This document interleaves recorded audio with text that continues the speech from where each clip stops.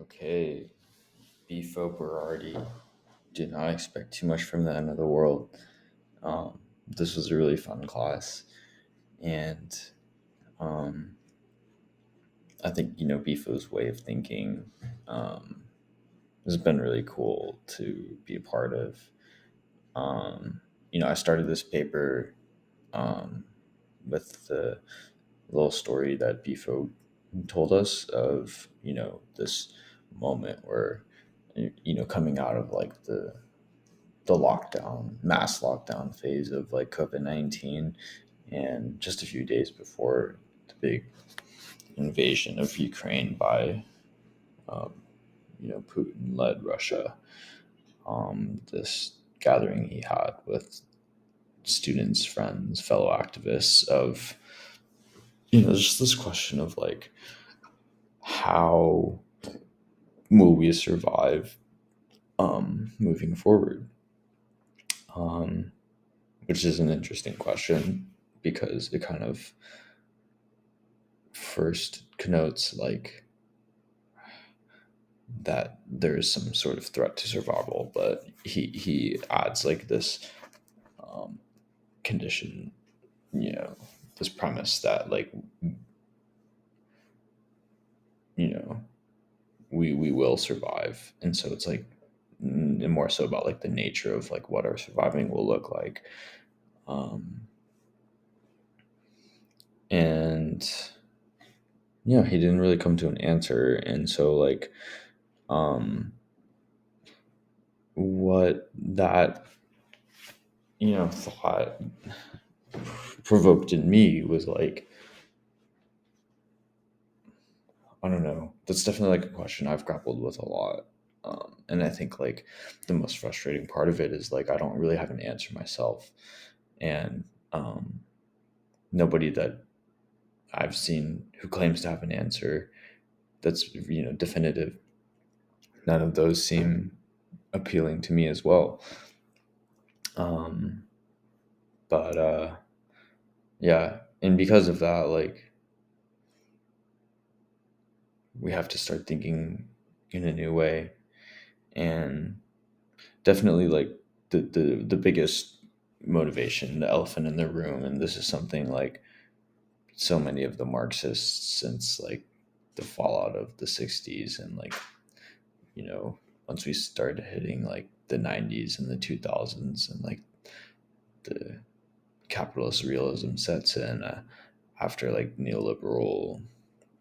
hegemony starts sweeping in the aftermath of the fall of the USSR, and there's no Eastern Bloc, there's no Second World. Um, all of a sudden, like, or not all of a sudden, but like gradually, like we begin to think like, there's not really any path forward for like this like global take, like utopia in which like there's no private property, which kind of like is the fundamental like hope that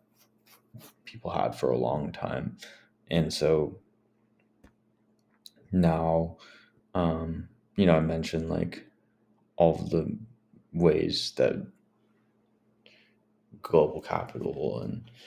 um, state power has been able to crush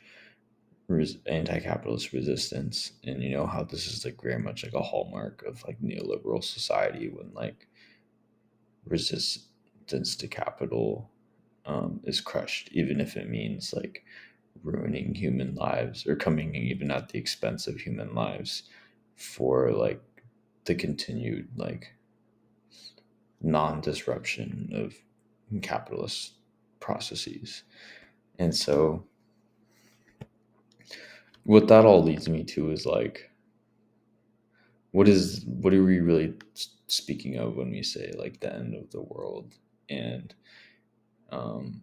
I really problematize the idea that like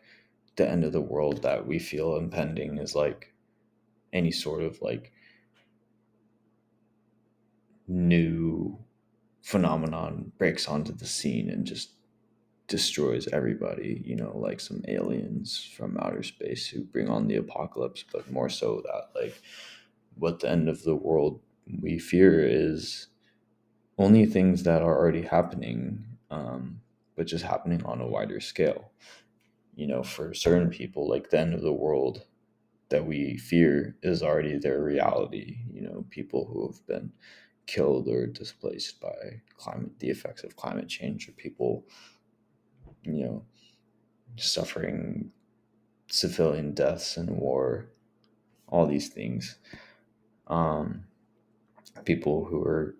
killed or severely disabled by COVID-19, things like that. And so I talk about like the concept of why like Giorgio Agamben's Homo Sacer and Bare Life are really instructive in this moment, because like if it's not like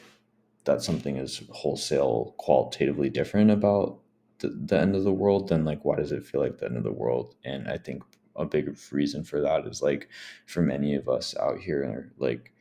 especially in the West, the imperial core, I live in America, like there's never this belief that like the end of the world, the way people are treated all over the world, that just kind of happens like in the minority numbers, like that it would ever happen to us. We were always hoping instead that like the opposite, that everyone would be able to live the lives we live. But in reality, what we're seeing instead is like the logic that allows those people to exist in the first place, in our allowing that logic to exist, we see it then come to boomerang onto us. And when we see like people like Palestinians, like they are allowed to be killed because like capital is like the ultimate end towards which the measuring stick against which we like measure like good life being done well, how it's supposed to be. Like that's um kind of renders like their loss like acceptable. And that's kind of like the tactic the US uses to like manufacture consent for like supplying Israel with weapons in the Middle East. But it's not like we don't fall for that anymore. Most American people, like especially my age, my generation, seeing all the footage like firsthand, like we can see that like laid bare that the logic of Homo Sacer is like the logic they use, like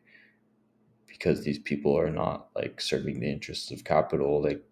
we're not going to kill them, but we're not going to do anything about it if other people do. And like that's kind of the whole point of Homo Sacer. This was like the original statute that like was implemented in ancient Rome that Agamben is like based the book on. Um, but um, yeah, so what we're really seeing is like as like we learn more about the truth of the world and we see past the veils of propaganda, like we see like that Homo Sacer, like it will apply to us too if it comes to it, and we see it in every time we demand for like change. We have an encampment at the university and we're crushed, and we see like all of the double speak that's motivating all of the stupid like justifications for it. And I'm running out of time here, but I'll just skip to the end and just say like what I really think like is needed in these times is to just give up on this idea that we're gonna conquest the world with goodness. All we can do on our own is like let go of the need for control and just live the life of minority as Deleuze and Guattari define it, and having this affective orientation that is different, and kind of liberates and triumphs the affective state of the minority.